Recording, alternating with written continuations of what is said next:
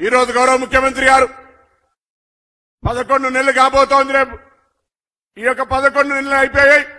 ఈ ప్రభుత్వం లోపల మాటల ప్రకారంగా అన్ని రకాల కార్యక్రమాలు తీసుకుపోతున్నాం.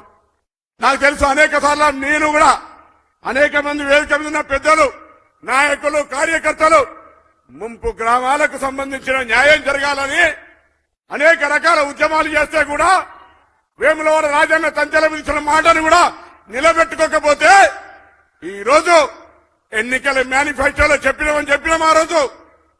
ఈ రోజు ఆ యొక్క మాటను అమలు చేసి 4696 ఇళ్లు ఇచ్చినటువంటి పెద్దలందరికీ మరొకసారి ధన్యవాదాలు తెలియజేస్తా ఉన్నా.